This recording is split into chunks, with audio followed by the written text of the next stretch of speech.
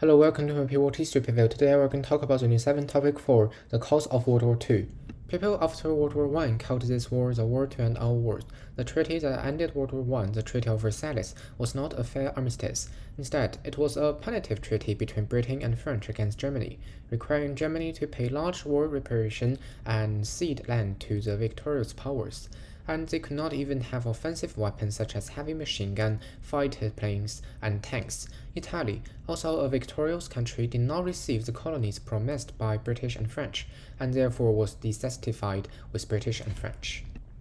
Under heavy punitive reparation, Germany experienced a hyperinflation, with the Reichsmark depreciating as soon as it came off the printing press, which angered the Germans a lot, while Italians, whose promised lands were not given, saw nationalism arise. Japan, in defense of the international condemnation, illegally seized Manchuria from China. Amid these radical nationalist sentiments, the world was struck by another poison, the Great Depression of 1930.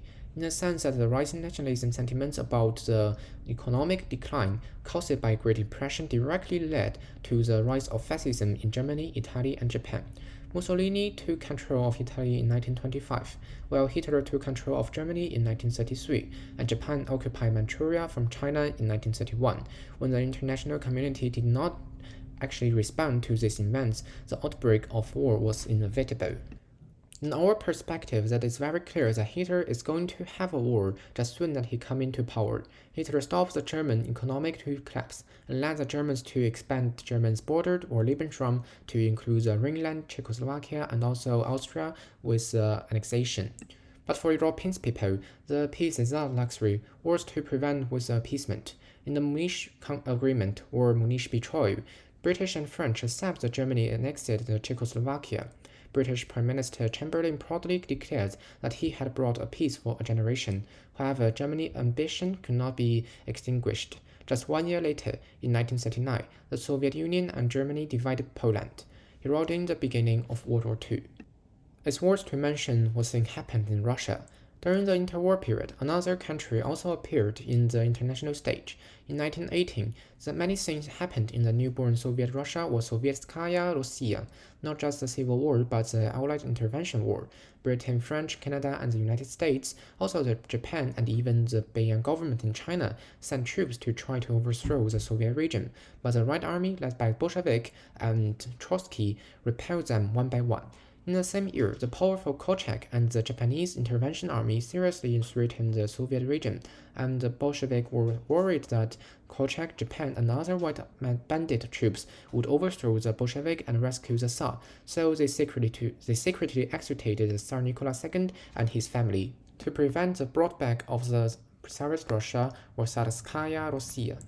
Also, the Bolsheviks defeated the White Army and consolidated their power, and did not mean that Russia's road of communism was smooth and glory. The famine of the Civil War and the blockade of the Western world brought Soviet Russia to a stalemate.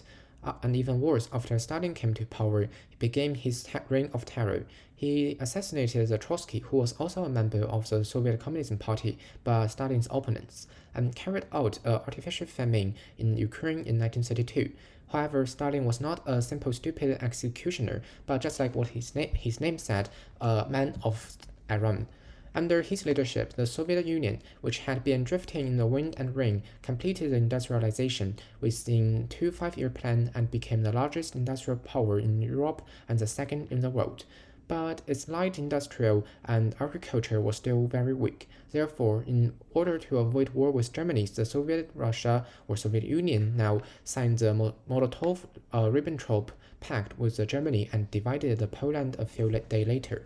It is worth to noting that the Holocaust against the Jewish people in Germany did not begin immediately after the Nazi Party came to power. Before 1942, the Nazi Party mainly called on Germany to destroy Jewish business, the most famous of which was the Crystal Night in 1938, and depriving Jewish people of their property, driving them to independent communities and forcing them to leave Germany.